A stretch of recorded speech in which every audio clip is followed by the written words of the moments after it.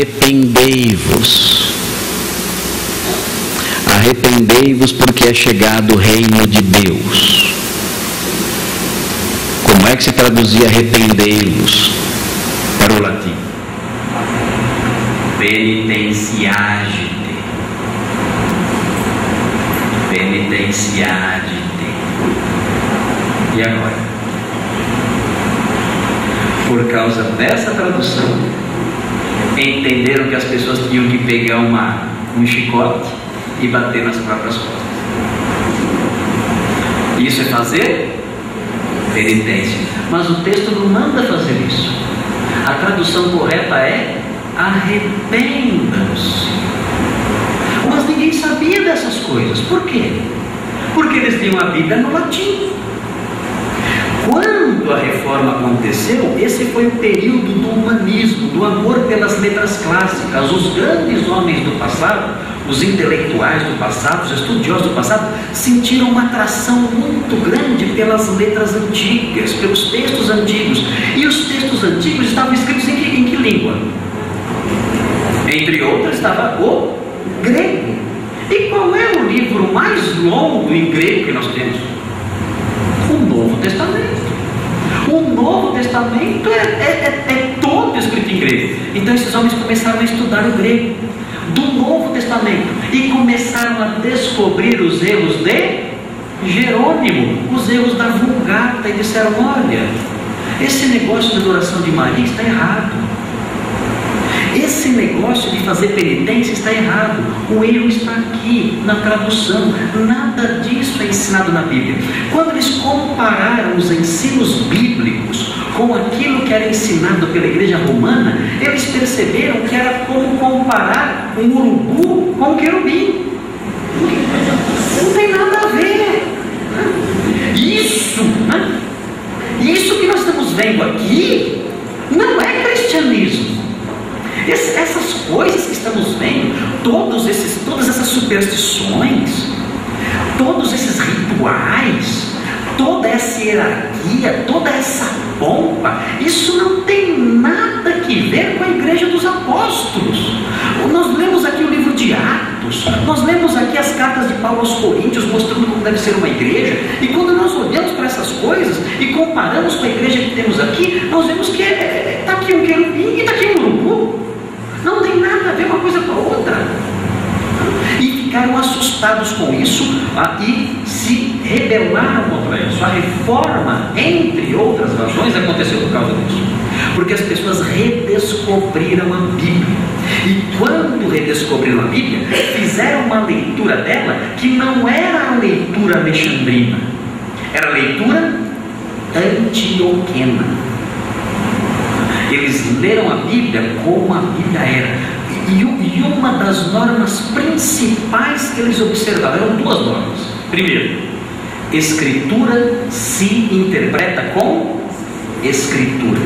E outra coisa importante, somente a Escritura é autoridade. Ela é autoridade sobre o intérprete. E para saber o que ela diz, é necessário descobrir a intenção do autor. O que o autor bíblico quis dizer.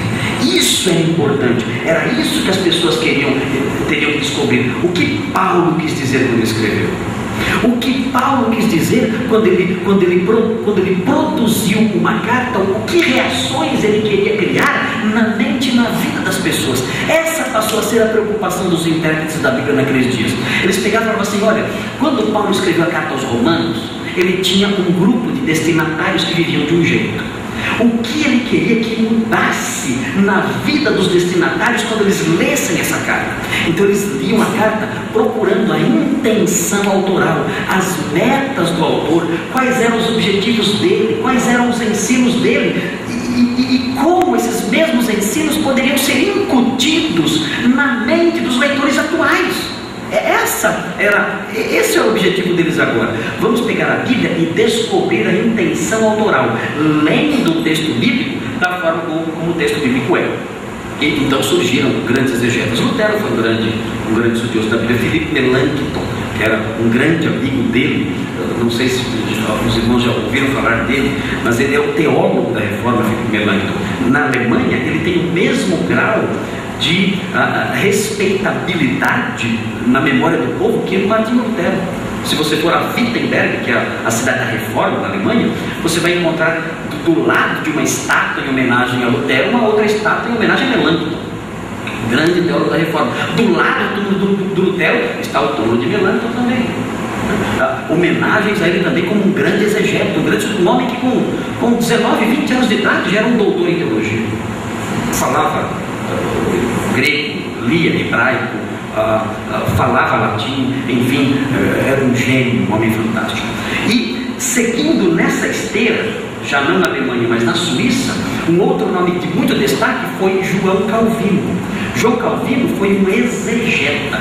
O que é um exegeta? É alguém que se aproxima do texto buscando o que realmente o texto diz, o que realmente o texto quer falar. Então, como é que Calvino trabalha? Ele pega um texto bíblico e pega as palavras na língua grega e procura descobrir o significado delas. É um trabalho demorado. A obra maior dele se chama Institutas da Religião Cristã. É uma obra em 4 volumes e é uma obra de teologia sistemática. Ele trata de vários temas da teologia nessa obra, que é a sua obra maior e mais conhecida. Mas o que são as Institutas? As Institutas são nada mais, nada menos do que um trabalho exegético. Você lê as Institutas, ele pega versículos bíblicos e ele explica o sentido das palavras. Ele pega versículos bíblicos e mostra a palavra na língua grega e explica o significado, a nuance disso aí e o modo como isso deve impactar a vida dos leitores presentes. Então, assim foi a Reforma Protestante. A Reforma Protestante foi uma reforma que tentou fazer voltar para o método literal, e isso através de um grande esforço intelectual. O resultado foi bom? Foi muito bom. Muito bom. Nós somos herdeiros da reforma. Nós somos herdeiros. Vocês devem ter visto, vocês devem observar sempre, que nos cultos que nós realizamos, nós sempre estamos acompanhados da Bíblia. E nós não fazemos nenhum culto sem ler a Bíblia. O pastor Everson chegou aqui hoje, abriu a Bíblia e leu um texto bíblico para todos nós. Eu tenho uma Bíblia eletrônica, pequenininha assim, e eu ando com ela no bolso. Está lá. Mas eu vou visitar alguém da minha igreja e eu chego sem Bíblia na mão.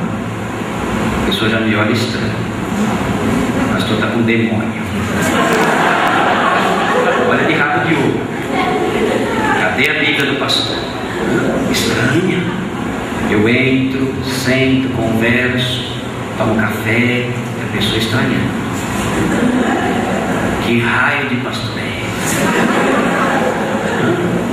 Teve uma senhora que falou assim para mim: pastor, você está indo embora? Já vou embora daqui a pouquinho. O senhor quer uma Bíblia emprestada? Falou? Aí eu falei: não contava com a minha sorte. Tem a minha Bíblia aqui secreta, peguei você, né?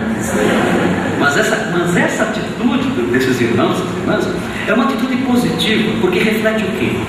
Reflete a ideia de que nós somos o povo do livro. Nós somos um povo que valoriza a palavra. Para nós é inadmissível estarmos num culto onde a Bíblia não seja lida, onde ela não seja anunciada, onde ela não seja pregada. E isso nós herdamos de quem?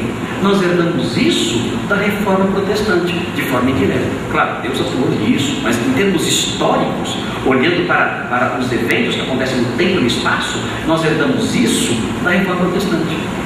Os reformadores enfatizaram um lema. Qual era o lema? Sola Scriptura. Era um dos 3 lemas da reforma. Sola Scriptura. E nós herdamos isso deles e defendemos isso até hoje. Atualmente, nós temos nos afastado bastante desse ideal. Na realidade, já 100 anos depois da reforma, aconteceu um problema. com esse modelo. Note bem, o modelo antioqueno, esse modelo da reforma, que é o modelo que procura valorizar a questão gramatical e histórica de um texto bíblico, é algo que dá muito trabalho. Dá ou não dá?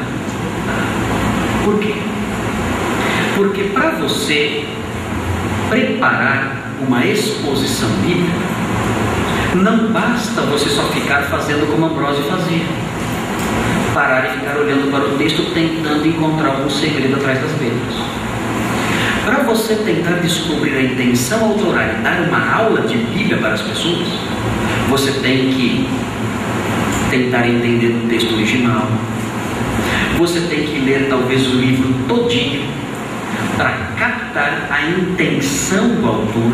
Você não pode pegar um versículo isolado e falar o que dá na telha, não pode fazer isso. Você tem que ver as relações desse versículo com outros versículos. E isso é um trabalho intelectual, é um trabalho de estudo. Os pastores que se preocupam com isso, gastam horas fazendo isso. Os pastores da igreja de vocês, quando vão fazer um sermão, eles se cercam de vários comentários, de dicionários, de bíblias anotadas, de chaves linguísticas e bíblicas, de programas especiais de computador que ajudam nessa análise, de livros sobre introdução ao Novo, ao Velho Testamento, de gramáticas. Eles se cercam desses livros para quê? Para tentar chegar o máximo possível próximo da intenção do autor e transmitir para vocês aquilo que realmente o texto diz. Eles não podem pegar um versículo isolado e ler. Quer ver um exemplo? O que pode acontecer se você fizer isso? Qual foi o texto que o pastor Emerson leu hoje aqui? 1 Coríntios 15, não foi? Vamos a 1 Coríntios 15.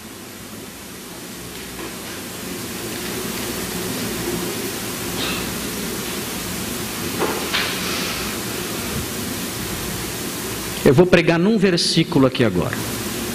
Só num. Vou pregar num versículo só. Vou pregar no versículo 18.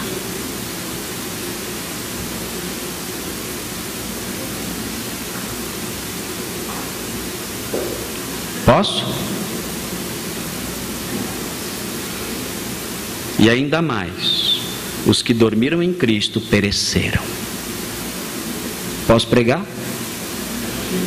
O que vai sair?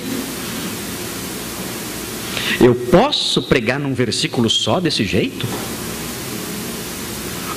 A versão do pastor Emerson fala: os que dormiram em Cristo estão perdidos. Não é isso? Eu lembro que numa classe de alunos eu falei: expliquem esse versículo para mim. Ficaram desesperados. Não é possível, isso não está na minha Bíblia. Está na Bíblia sim, quem morre em Cristo está perdido. Está aí, ó. Provei biblicamente. Provei biblicamente. Os que morreram em Cristo estão perdidos. Está aqui, ó, provado. Provei ou não provei? Não? Por que não? O que significa esse versículo? Quem sabe? Está escrito aqui. Não está na sua Bíblia? Os que dormiram em Cristo pereceram. Não está na sua Bíblia isso? É muito simples. Para entender esse versículo eu tenho que entendê-lo em todo o seu contexto. O texto está dizendo: se Cristo não ressuscitou,